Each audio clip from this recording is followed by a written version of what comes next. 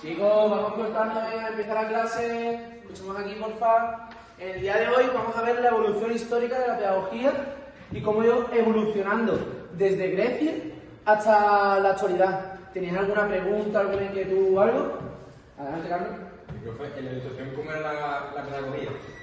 Muy buena pregunta, Carlos, pero antes vamos a empezar por Grecia.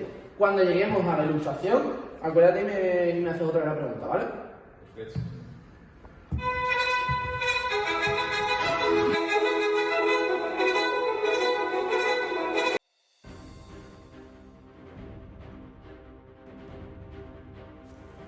Los orígenes en la civilización griega. Grecia es la primera cultura conocida que incorpora el ejercicio físico como parte de la educación integral, combinándolo con un propósito lúdico y competitivo. Diferenciación con civilizaciones anteriores, en sociedades como la mesopotámica y la egipcia, el cuerpo era visto principalmente como un instrumento de producción y reproducción, sin una concepción educativa del ejercicio físico. También existía la paideia griega, que es un sistema educativo que buscaba un equilibrio entre la formación intelectual y física, reflejando un ideal de desarrollo integral del individuo. Las Olimpiadas sirvieron como unificadoras de las diferentes polis griegas y combinaban elementos competitivos con aspectos religiosos y simbólicos. Influencia de la medicina hipocrática. La escuela hipocrática consideraba el ejercicio físico como un pilar fundamental de la salud, tanto en términos terapéuticos como preventivos. En relación con la guerra, la educación física tenía un papel importante en la preparación para la defensa de las polis, aunque no se saltaba el fenómeno bélico en sí. La influencia filosófica, por un lado, Sócrates y Platón reconocían la importancia de la educación física, pero priorizaban la formación filosófica e intelectual. Por otro lado, Aristóteles buscó un equilibrio entre el cuerpo y la mente, destacando la gimnasia como complemento de la educación, pero sin darle preeminencia sobre la formación intelectual.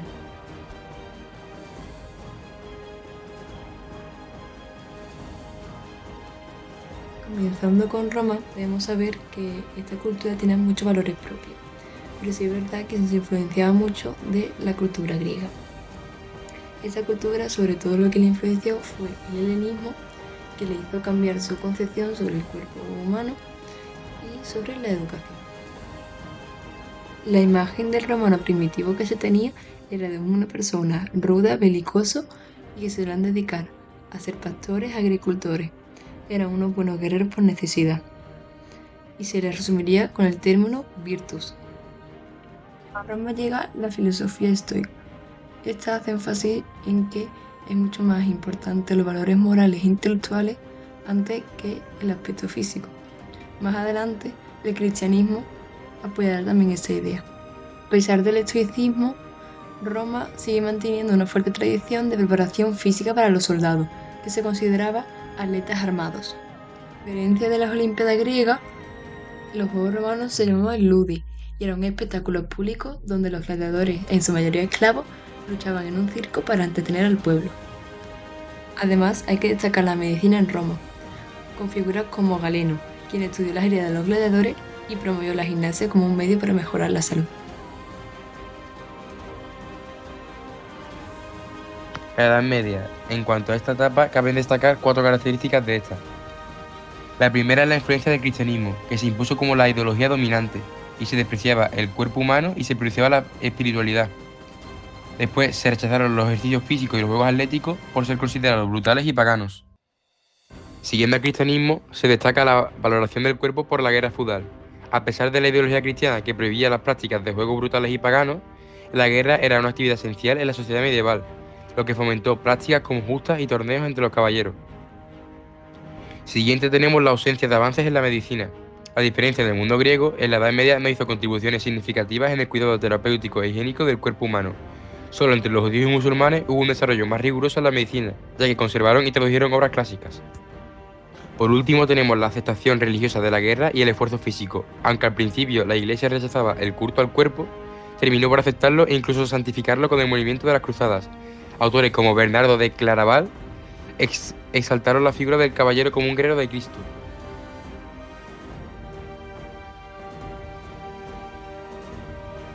Durante el Renacimiento se rompió con la visión negativa del cuerpo propio de la Edad Media, gracias a autores como Petrarca y Giotto, quienes promovieron un naturalismo que revalorizó el cuerpo humano, reflejándose en el arte, la medicina y la pedagogía. En Italia se promovió una educación integral en la que la educación física cobró importancia. Figuras como Bergerio, Vittorino da Feltre y especialmente Hieronymus Mercurialis jugaron un papel clave. Mercurialis, con su obra de arte gimnástica, recuperó las ideas de Galeno sobre el cuidado del cuerpo y consideró la gimnasia como un arte, no solo como una ciencia. Su legado perduró durante siglos, influenciando a la educación física hasta la época moderna. Además, se recuperó la tradición griega del gimnasio, integrando la educación física en las clases altas. Ejemplos como la casa Giecosa de da Feltre promovieron una enseñanza sin castigos violentos, rompiendo con los métodos pedagógicos medievales. Las ideas renacentistas sobre la educación física también influyeron en pensadores de Su la fundador fue Ilustración, Thomas como Arnold, que Erasmo, fue el personaje más significativo de esta Montaigne escuela. y Locke, y fueron adoptadas por la Iglesia, especialmente por los jesuitas, para formar a las élites. Así, el Renacimiento impulsó una educación física más integral que continuó evolucionando en los siglos posteriores. A continuación, seguiremos hablando de la Ilustración, la cual rompió con la educación tradicional, criticando la enseñanza escolástica de los colegios religiosos y promoviendo un modelo más integral, donde la educación física era clave para el desarrollo. Rousseau, en Emilio 1762, defendió la formación natural del niño, resaltando la importancia del cuerpo para fortalecer los sentidos.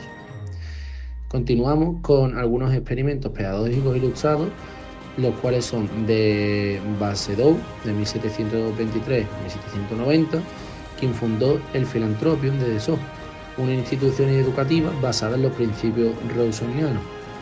Y seguidamente tenemos a Pestalozzi, de 1746 a 1827, quien amplió el enfoque educativo ilustrado para incluir a niños de clase desfavorecida.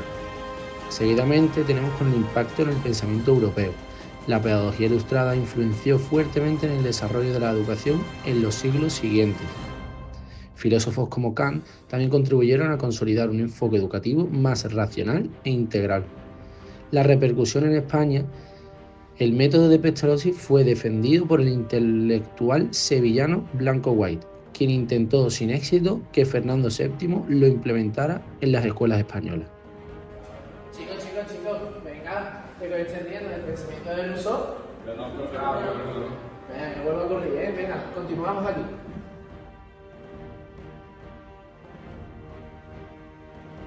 La edad contemporánea. En esta etapa caben destacar 4 características. La primera de ellas, el nacionalismo y la educación física. Con la consolidación de los estados-nación, la educación física se convirtió en una herramienta clave para la formación del individuo dentro de la identidad nacional. Esto llevó al surgimiento de varias escuelas nacionales de gimnasia. Siguiendo al nacionalismo tenemos la influencia del romanticismo, un movimiento cultural y filosófico que dio especial importancia a la individualidad y la identidad nacional. Tuvo un impacto en la educación física, por lo que promovió un enfoque más personalizado y vinculado a la cultura de cada país. Siguiendo el romanticismo tenemos la consolidación de la gimnasia moderna, o lo que hoy se conoce como gimnasia rítmica. Durante esta época se establecieron métodos estructurados de gimnasia y se crearon instituciones dedicadas a su enseñanza. Por último tenemos el surgimiento de las escuelas gimnásticas, que ya han sido nombradas en el punto 1 y 3. Las escuelas gimnásticas en este siglo se consolidaron distintos enfoques dentro de la educación física y tenían 3 grandes influencias estas escuelas: una médica, una pedagógica y una militar. La escuela alemana de gimnasia tiene como figuras clave a Gutsmuth y Friedrich Ludwig Jahn. Aunque Jahn es considerado el verdadero fundador de la gimnasia alemana, su trabajo fue precedido por Mutz y otros como Viet. La gimnasia se dividió en 2 vertientes. La primera, que es artístico-rítmico-pedagógica, influenciada por Mutz, y la segunda, que es técnico-pedagógica, promovida por Jahn.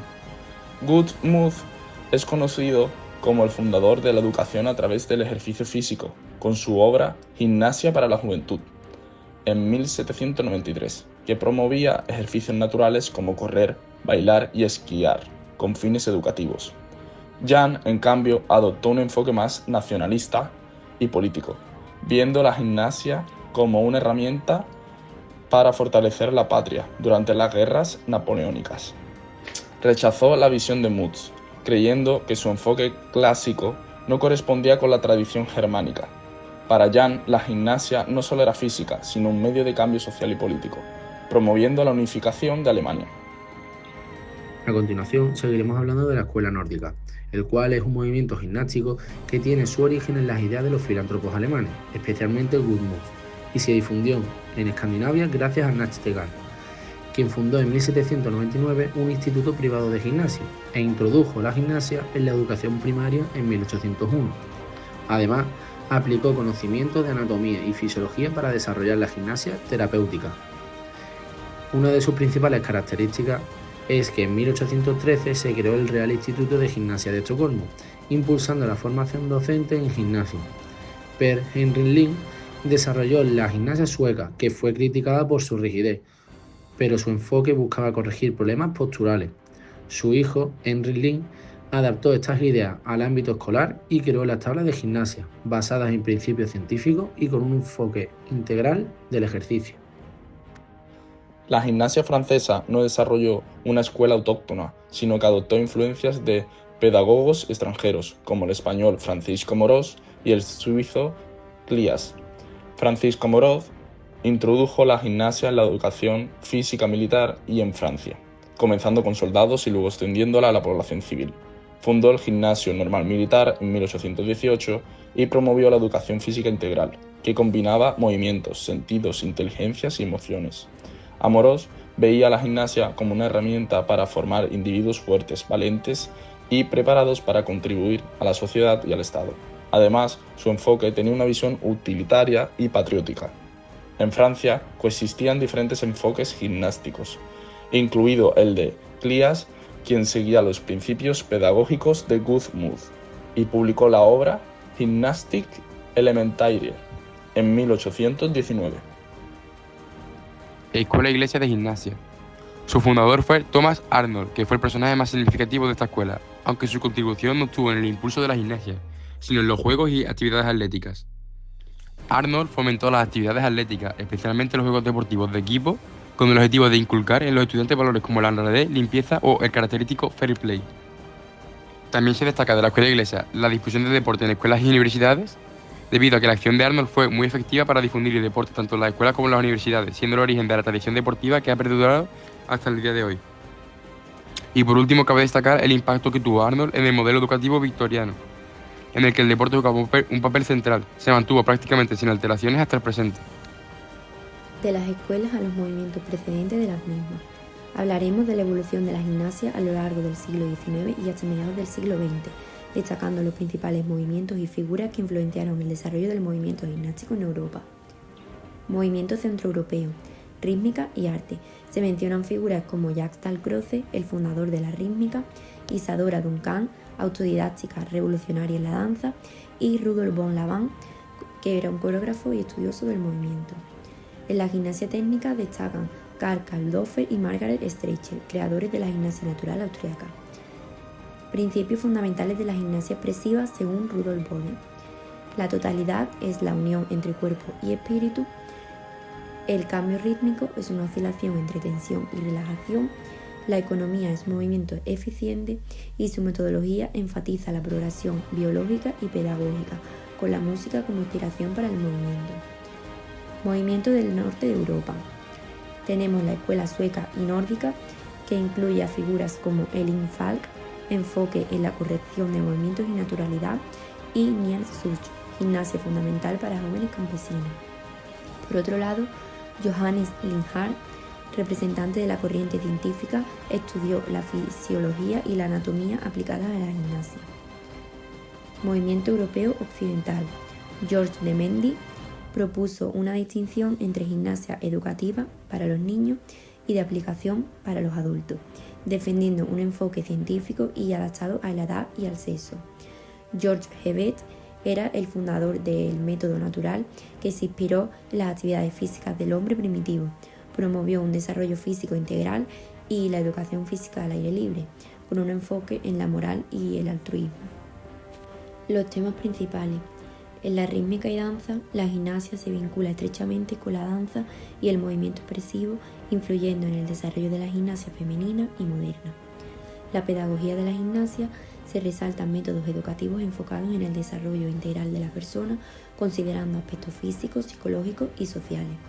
La técnica y método, cada figura propone una metodología distinta, gimnasia técnica, natural, expresiva, etc., pero todas coinciden en la importancia de la música, el ritmo y la adaptación a las necesidades de cada individuo. La gimnasia al aire libre y naturalidad, se subraya la importancia de practicar la gimnasia en un entorno natural y sin restricciones, buscando un desarrollo físico y moral completo.